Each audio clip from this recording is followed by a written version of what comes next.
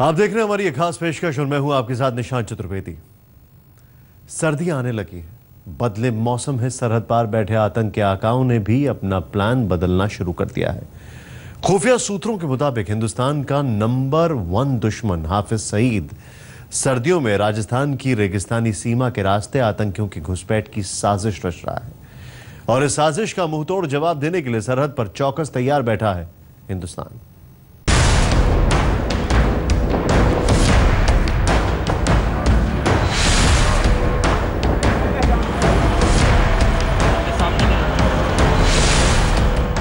दूर दूर तक रेत ही रेत। रेगिस्तान के दुर्गम इलाके में ऊंट से सरहद की चौकसी करते जाबाज फौजी। सैंड स्कूटर से सरहद के चप्पे चप्पे की चौकसी।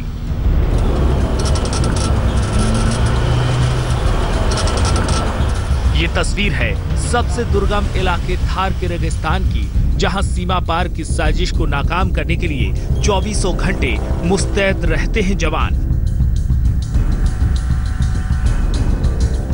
हम आपको बताएंगे कि रेगिस्तान की मुश्किलों से लड़ते हुए कैसे दिन रात सरहद की रखवाली करते हैं सीमा सुरक्षा बल के जवान। लेकिन इससे पहले हम आपको बताना चाहते हैं पाकिस्तान की सरजमी पर रची जा रही उस साजिश के बारे में, जिसके लिए सरहद पार बैठे हिंदुस्तान के दुश्मन इन कटीले तारों पर गिद्ध जैसी नजरें जमाए बैठे हैं। सरहद पार की खतरनाक साजिश।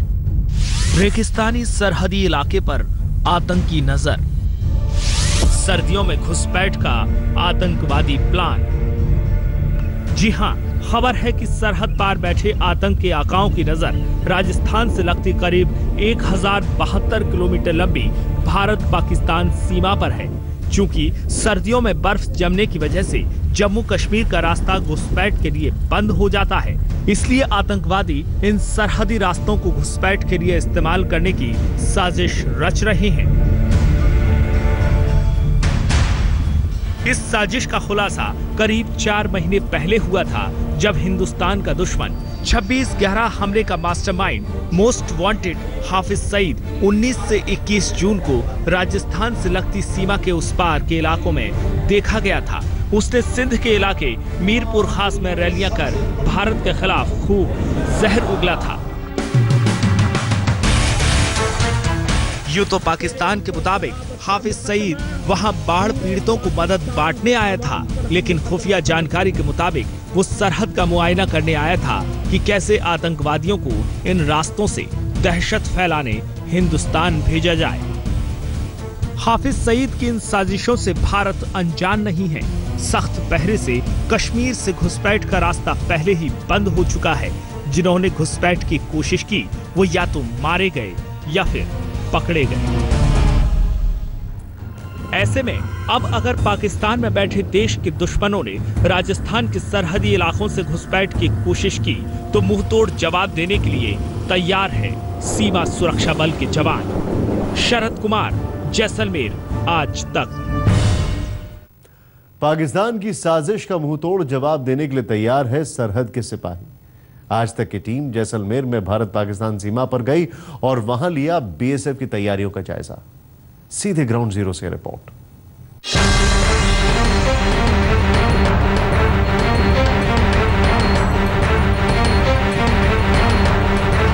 सरहद पार से रची जा रही साजिश का मुकाबला करने के लिए हम कितने तैयार हैं, इसका जायजा लेने के लिए हम पहुंच गए राजस्थान में भारत पाकिस्तान की सीमा पर, उस जगह जिसे सबसे दुर्गम इलाका माना जाता है। दूर दूर तक फैला सहरा, रेत के ऊंचे ऊंचे टीले जिस पर चलना भी मुश्किल हो जाए, सड़कों का नामो निशान तक नहीं। लेकिन ऐसे मुश्किल हालात से लड़ते हुए बीएसएफ के जवान रेगिस्तान के जहाज पर सवार होकर बड़ी दिलेरी से सरहद की रखवाली में मुस्तैद हैं।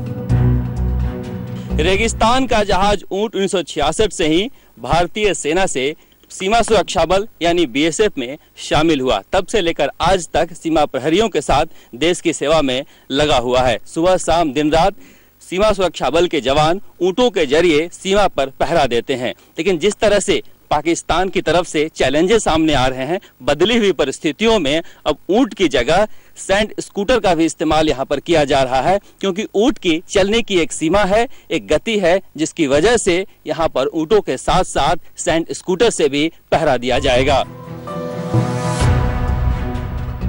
चूंकि रेगिस्तान में जीप या पैदल पेट्रोलिंग मुश्किल है, इसलिए 1966 में सेना ने ऊंटों को ट्रेनिंग देकर बीएसएफ को सौंपा था। लगातार 24 घंटे बीएसएफ की टीम टुकड़ियों में ऊंटों पर बैठकर नफरी करते रहते हैं।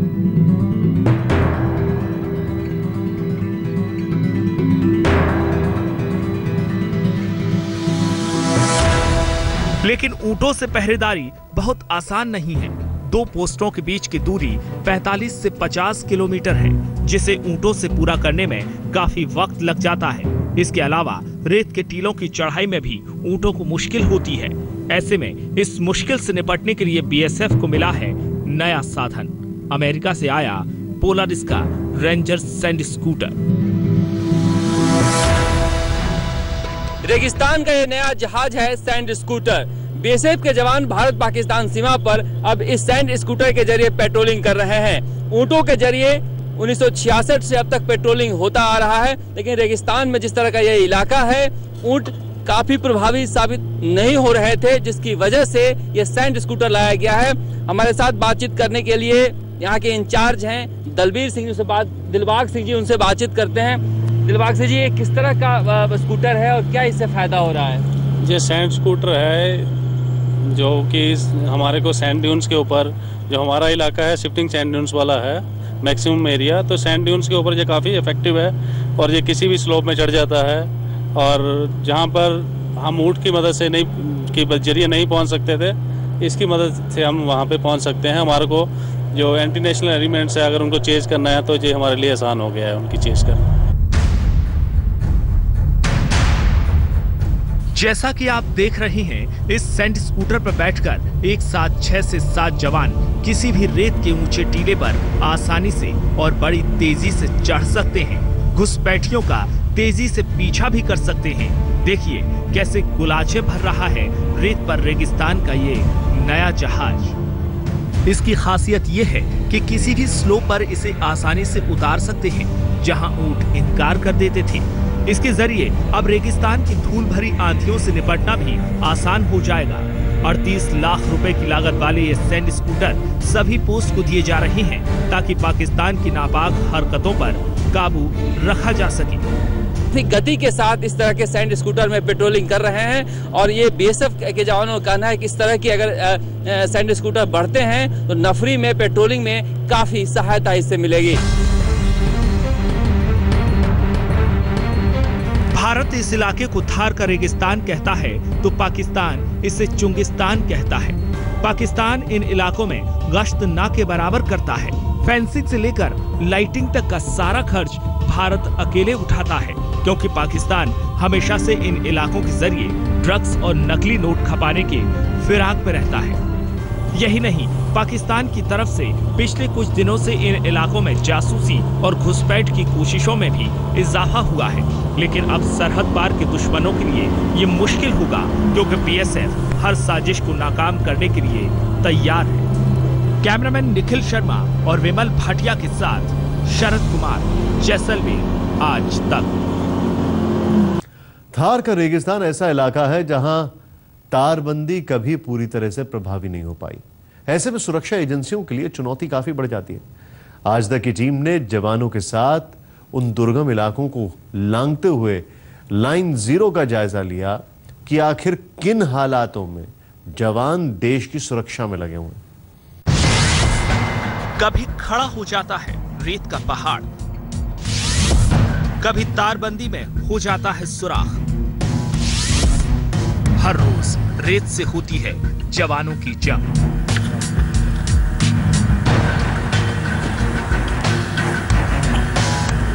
कहने को तो कश्मीर की लाइन ऑफ कंट्रोल को छोड़कर भारत पाकिस्तान बॉर्डर पर हर जगह तारबंदी कर दी गई है, लेकिन थार के रेगिस्तान के शिफ्टिंग सैंड ड्यून की वजह से ये फेंसिंग बहुत ज्यादा असरदार नहीं है, क्योंकि रातों रात जब तेज हवा चलती है तो कहीं कटीले तार रेत के अंबार में ढक जाते हैं तो कहीं तारबंदी के नीचे से रेत निकल जाती है। इस प्रक्रिया को शिफ्टिंग सैंड ड्यून कहा जाता है।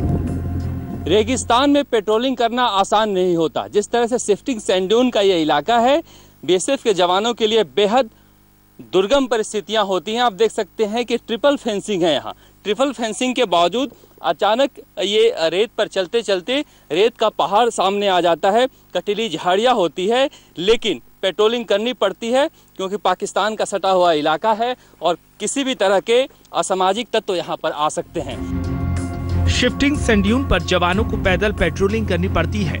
रेत के पहाड़ पर चढ़ना आसान नहीं होता, पैर रेत में धंस जाते हैं। फिर भी जवान कई किलोमीटर तक चलते चले जाते हैं क्योंकि फेंसिंग की चेकिंग बेहद जरूरी होती है। इसी चेकिंग का एक जरूरी हिस्सा है खुर्रा चेकिंग, जो हर रोज सुबह जवान करते हैं। रेगिस्तान में पेट्रोलिंग का महत्वपूर्ण जरिया होता है खुर्रा चेकिंग, यानी फुटप्रिंट के जरिए चेक करना। आप देख सकते हैं यहाँ पर ट्रैक्टर के जरिए पूरा समतल कर दिया गया है और उसके बाद ऊंट पर जवान बैठकर निकलते हैं कि फुटप्रिंट तो कोई नहीं है। दरअसल जब ऊंटों पर या सैंड स्कूटर से जवान नफरी या गश्त पर निकलते हैं तो उनके निशानों को पीछे से ट्रैक्टर के जरिए मिटा दिया जाता है, ताकि अगर कोई घुसपैठ की कोशिश करे तो उसके पैरों के निशान दर्ज हो जाएं। इसके बाद एक नियमित अंतराल पर फुटप्रिंट एक्सपर्ट, जिन्हें खोजी या पागी कहते हैं, वो खुर्रा चेकिंग के लिए निकलते हैं। ये पागी इतने ट्रेंड होते हैं कि समतल रेत पर इंसान या जानवर के निशान पहचान लेते हैं। अगर ऊंट या किसी इंसान का फुटप्रिंट होता है तो उसे तुरंत प्रिजर्व कर पेट्रोलिंग पार्टी को सूचना दी जाती है और फिर उस दिशा में खोजबीन के लिए निकला जाता है। साथ ही पाकिस्तानी रेंजर्स को केसरिया झंडा दिखाकर बुलाकर प्रोटेस्ट नोट किया जाता है। ये काम 24 घंटे चलता रहता है। बीएसएफ की इस खुर्रा चेकिंग के जरिए पागियों ने अब तक सैकड़ों घुसपैठ की कोशिशों को नाकाम किया है। खुर्रा चेकिंग जो है वो एक तरह से निशानों की मदद से हम पता लगाते हैं कि ये किसी जानवर की क्रॉसिंग है या किसी व्यक्ति ने क्रॉस करने की कोशिश की है। इन्हीं कठिन इलाकों से होकर जवान पैदल पेट्रोलिंग करते हुए तारबंदी के उस पार यानी जीरो लाइन पर पहुंचते हैं। ये देखिए, यह है पिलर नंबर 740। इसके एक तरफ भारत लिखा है तो दूसरी तरफ पाकिस्तान। यहीं से दोनों देशों की वास्तविक अंतर्राष्ट्रीय सीमा शुरू होती है। आप देख सकते हैं मेरे पीछे यहाँ पर जीरो लाइन पेट्रोलिंग की जा रही है। जो बीएसएफ के जवान है इसी तरह से केसरिया झंडा लेकर जीरो लाइन पर पेट्रोलिंग करते हैं, अपनी धरती की हिफाजत करते हैं और यही एक पिलर है जिसे निर्धारित होता है कि भारत और पाकिस्तान की सीमा कहाँ पर है। कैमरामैन निखिल शर्मा और विमल भाटिया के साथ पिलर नंबर 740, भारत पाकिस्तान अंतर्राष्ट्रीय सीमा, जैसलमेर आज तक। सरहद की सुरक्षा में दिन रात मुस्तैदी से लगे हैं जवान। आइए आपको ले चलते हैं गुरदासपुर में भारत पाक सीमा पर। यह वही इलाका है जहां जुलाई महीने में आतंकियों ने घुसपैठ की थी। क्या है वहां वतन के रखवालों की तैयारी? ध्यान से देखें खास रिपोर्ट।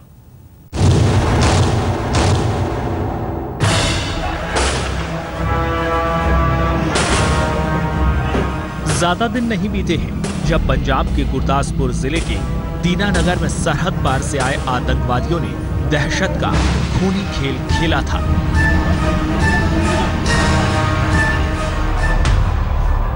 आतंकवादी हमले के करीब 2.5 महीने बाद आज तक की टीम पहुंच गई सरहद के इस ठिकाने पर जहां देश के दुश्मनों के घुसने का खतरा बना रहता है।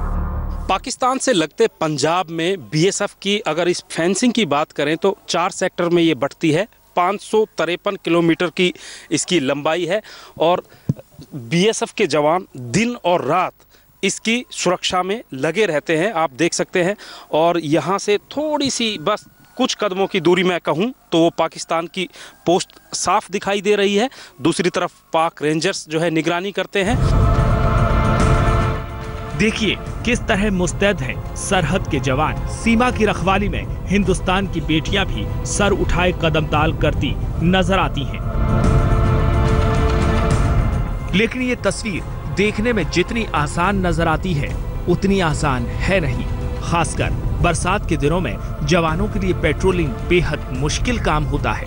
कई बार बारिश के पानी के कटाव से फेंसिंग नष्ट हो जाती है और सरहद पार बैठे आतंकवादी इस हालात का फायदा उठाने की कोशिश करते हैं, जैसा जुलाई में हुआ था।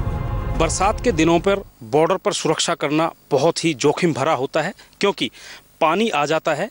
जिस जगह पर हम खड़े हुए हैं आप देख सकते हैं, ये रावी नदी है और कई मीटर ऊंची जो है फेंसिंग जो है वहाँ पर आप देख रहे हैं, पूरी की पूरी पानी के बहाव से मिट्टी कटती है, फेंसिंग ढह जाती है, बह जाती है। और इसके पीछे पूरा जंगल का इलाका है। वहाँ पर एक पाकिस्तानी पोस्ट छोटी सी दिखाई दे रही है। और अब ऐसे मौसम में जब पानी यहाँ पर पूरे ऊपर तक आया होता है और फेंसिंग नहीं होती है, तो जो पाकिस्तान की तरफ से घुसपैठ और स्मगलिंग दोनों के चांस बहुत बढ़ जाते हैं। और जो घुसपैठिए हैं और स्मगलर हैं वो इस मौके का पूरा फ़ायदा उठाते हैं। गुरदासपुर में हुए आतंकवादी हमले से सबक लेते हुए बीएसएफ अब पहले से ज्यादा मुस्तैद हो गई है। रावी नदी पर स्पीड बोट के जरिए चौकसी होती है। आतंकवादी हरकतों पर नजर रखने के लिए जवानों को अत्याधुनिक उपकरणों से लैस कर दिया गया है। इसके लिए हमारे पास स्पीड बोट्स दिए हुए हैं, तो जब बरसात में पानी काफ़ी भर जाता है तो हम स्पीड बोट्स पे पेट्रोलिंग करते हैं। इसके अलावा हमारे पास जो सर्वेलेंस इक्विपमेंट्स हैं, जैसे HTI वगैरह हैं, मोनोकुलर्स हैं, उनका हम काफ़ी मात्रा में इस्तेमाल करते हैं। इसके अलावा हमारे हाई मास्ट लाइट्स लगे हुए हैं जो कि काफ़ी बड़े इलाके को रोशन करते हैं। तो जो आप देख सकते हैं इधर से जो हाई मास्ट लाइट लगे हुए हैं, और साथ ही हमारे OP टावर्स बने हुए हैं, तो उनसे हम अपने इलाके को काफ़ी कवर करते हैं। तो देख लो, पाकिस्तान हर साजिश का जवाब देने के लिए तैयार है हिंदुस्तान। सत्येंद्र चौहान, चंडीगढ़, आज तक। हमारी इस खास पेशकश में बस इतना ही। आप देखते रहिए आज तक।